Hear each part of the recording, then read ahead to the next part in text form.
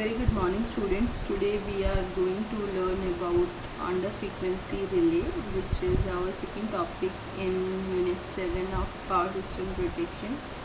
So let's start with the topic.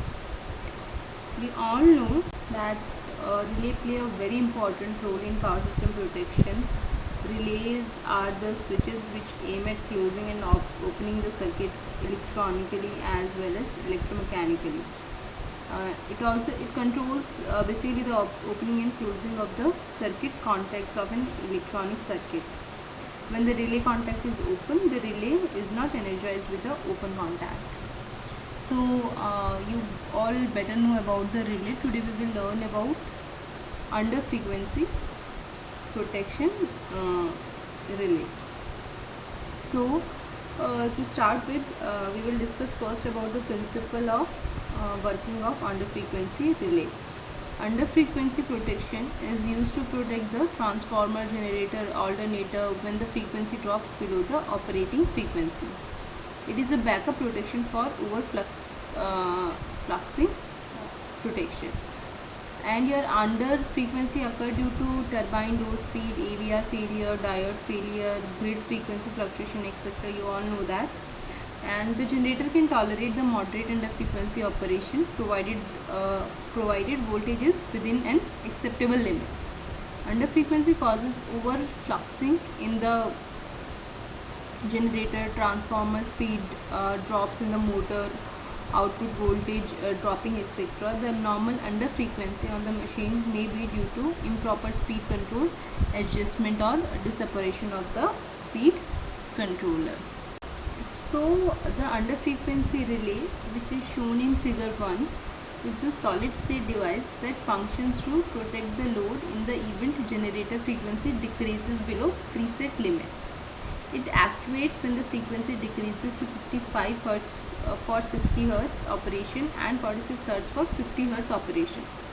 Upon actuation, contact within the relay close to the signal annunciator and open to de-energize the generator breaker contactor, resulting in a display of the fault condition and removal of the load from the generator.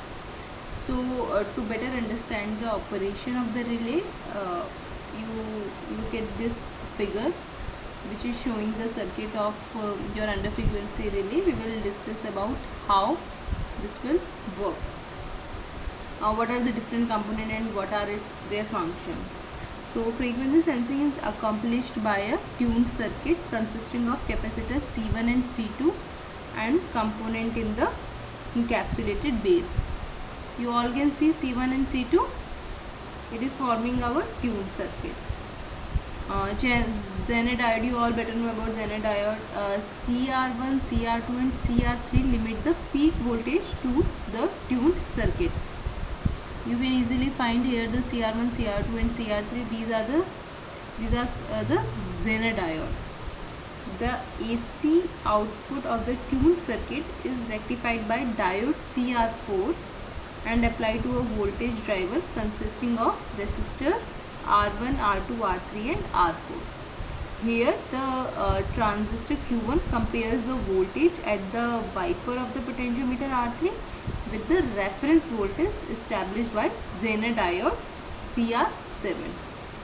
When transistor Q1 conducts, transistor 42 operate as a switch to control the coil voltage on a relay contained in the encapsulated base. Here both the transistor Q1 and Q2 and the relay is in the encapsulated base are energized when the frequency of the input voltage to terminal 1 and 2 is normal frequency, that is either 50 to 60 Hz. When an under frequency condition occurs, the voltage at the base of transistor Q1 is not sufficient in conduction. This causes the relay to de-energize and its contact to switch. The under frequency trip point is adjusted by potentiometer R3. So this was the function of this particular under frequency circuit.